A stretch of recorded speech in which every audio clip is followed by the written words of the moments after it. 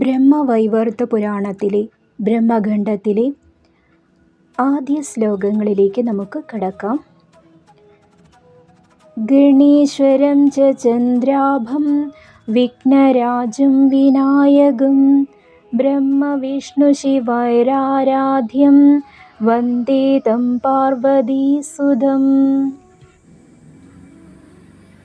പദാനുപദ അർത്ഥം: ഗണേശ്വരം, ഗണങ്ങളുടെ ഈശ്വരനായ അഥവാ നായകനായ, ചന്ദ്രാഭം, ചന്ദ്രനെ പോലെ ശോഭയുള്ളവൻ, വിഘ്നരാജം, തടസ്സങ്ങളുടെ അധിപൻ, വിഘ്നങ്ങളെ നീക്കുന്നവൻ, വിനായകം, സർവ്വതിനും നായകനായവൻ, ബ്രഹ്മവിഷ്ണു ശിവൈർ ആരാധ്യം, ബ്രഹ്മാവ്, വിഷ്ണു, ശിവൻ എന്നിവരാൽ ആരാധിക്കപ്പെടുന്നവൻ, വന്ദേ തം പാർവതീസുതം, അങ്ങനെയുള്ള പാർവതീപുത്രനെ ഞാൻ വന്ദിക്കുന്നു.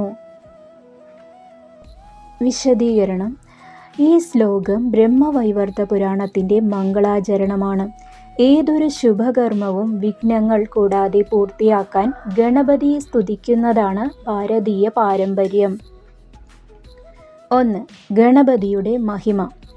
സ്രഷ്ടാവായ ബ്രഹ്മാവും സംരക്ഷകനായ വിഷ്ണുവും സംഹാരകനായ ശിവനും പോലും ഗണപതിയെ വന്ദിക്കുന്നു എന്ന് പറയുന്നതിലൂടെ ഗണപതി ഭഗവാന്റെ പരമോന്നതമായ സ്ഥാനത്തെയാണ് സൂചിപ്പിക്കുന്നത്. 2. രൂപവർണ്ണന.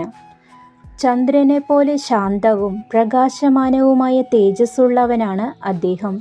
ഭക്തരുടെ ജീവിതത്തിലെ തമസിനെ അഥവാ ഇരുട്ടിനെ നീക്കാൻ ആ പ്രകാശത്തിന് സാധിക്കുന്നു. 3. വിഘ്ന നിവാരണം. ജീവിതത്തിലെ തടസ്സങ്ങളെ അഥവാ വിഘ്നങ്ങളെ നിയന്ത്രിക്കുന്ന രാജാവാണ് അദ്ദേഹം. വിഘ്നങ്ങളെ സൃഷ്ടിക്കാനും ഇല്ലാതാക്കാനും അദ്ദേഹത്തിന് കഴിവുണ്ട്.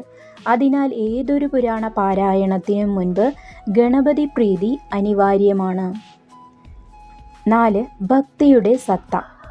പാർവതീപുത്രനായ ഗണപതിയെ ഭക്തിപൂർവം വന്ദിച്ചുകൊണ്ട് ബ്രഹ്മവൈവർത്ത പുരാണം ആരംഭിക്കുന്നത് ആത്മീയമായ അറിവ് തടസ്സമില്ലാതെ ലഭിക്കുന്നതിനാണ്.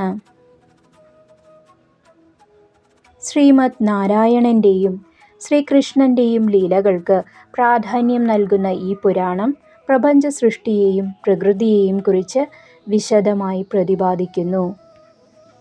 പരമാത്മാവായ കൃഷ്ണൻ്റെ ലീലകളും പ്രപഞ്ച സൃഷ്ടിയുടെ രഹസ്യങ്ങളും ഈ പുരാണത്തിലൂടെ നമുക്ക് വരും ദിവസങ്ങളിൽ കൂടുതൽ അറിയാം.